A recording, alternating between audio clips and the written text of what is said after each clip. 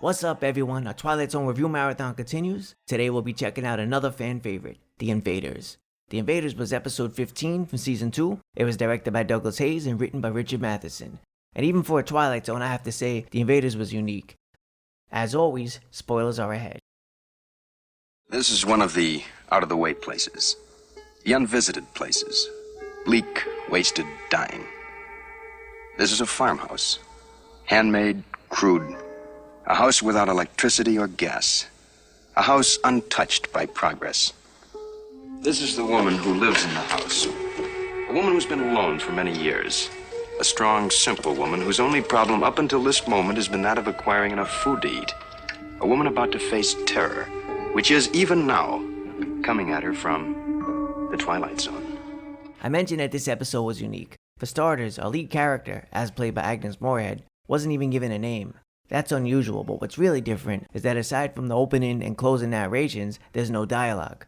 It all worked out though, because this was another memorable episode, and it allowed Agnes Moorehead to go all out with her performance.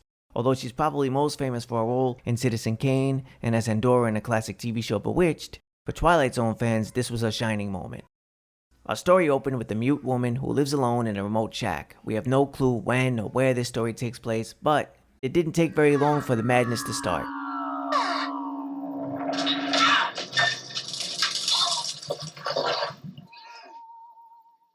After hearing a bizarre noise on her roof, the woman goes up to investigate and finds a miniature flying saucer has landed.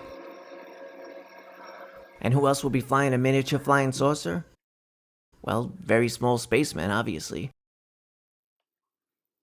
Initially, we don't even know what these things are. Are they aliens? Are they robots?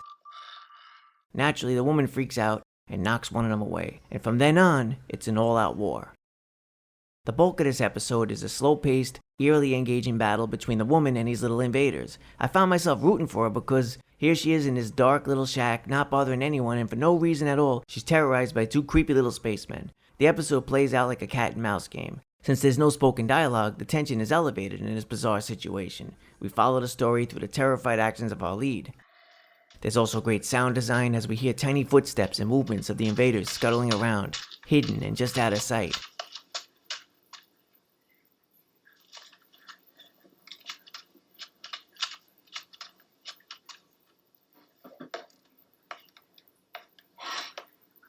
This works really well because if you have no idea where they are, you have no clue what the hell they're up to. Despite their size, the invaders are a legitimate threat. I'd say they're downright vicious as they attack her using small pistol-like weapons which leave behind gross radiation burns on her skin. Eventually, they even steal a knife and use it against her.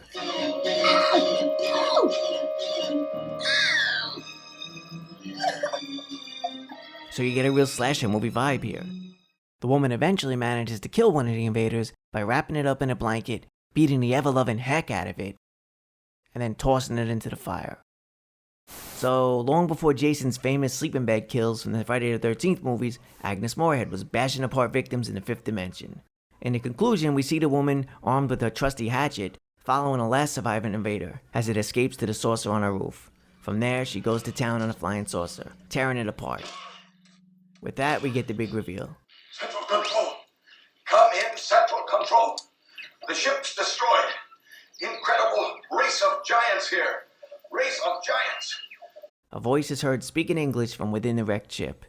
And as it turns out, the small invaders were actually just human astronauts from Earth. Which means this woman is essentially a giant, and we weren't even on Earth. In terms of twist endings, this is another one that ranks way up there. These are the invaders. The tiny beings from the tiny place called Earth, who would take the giant step across the sky to the question marks that sparkle and beckon from the vastness of a universe only to be imagined. The invaders, who found out that a one-way ticket to the stars beyond has the ultimate price tag. And we have just seen it entered in a ledger that covers all the transactions of the universe. A bill stamp paid in full, and to be found on file in the Twilight Zone. First off, let's talk about the special effects. I have a love for old school practical effects, and nothing says practical more than the C-57D space cruiser model from Forbidden Planet, which shows up again and again in Twilight Zone. Aside from Agnes Moorehead, we also have to discuss the other stars of this episode, the Invaders. I know by modern standards the Invaders may seem dated, but I think there's a real charm to their design. In fact, I've had a Biff Bang Pow figure on my desk for years now. Yep, this little guy's my silent partner. Anyway, there's some fun trivia when it comes to the Invaders. According to the Twilight Zone Companion by Mark Scott Zickrey, the director of the episode, Douglas Hayes, was absolutely integral to the creation of the characters. Everything from their original design to their on-screen movement, and even the dying voice of the astronaut was all handled by Douglas Hayes himself. Hayes, who had a background in art, had the team craft the miniature figures from his own sketch, which was somewhat based off the Michelin Tire Man. Hayes noted that he purposely designed the Invaders to be these plump little entities to hide the fact that they were humans until the big reveal. He even puppeted the little men himself. The actual figures were made from foam rubber, but unlike their silver appearance in the black and white show, the figures in real life were painted gold, which helped give them a shiny metallic look on camera. I don't mind that they were only chubby little finger puppets. These little guys were awesome. I mean, sure, they were terrorizing an innocent woman for seemingly no reason, but as villains, they were creepy and impressive, especially considering their small size. They held their own against the giant. Agnes Moorehead did really well here. The fact that she had no dialogue meant her part in this episode would be more along the lines of acting in silent films. So this was a real physical performance. Aside from some random grunts and cries, she relied mostly on facial mannerisms and body language.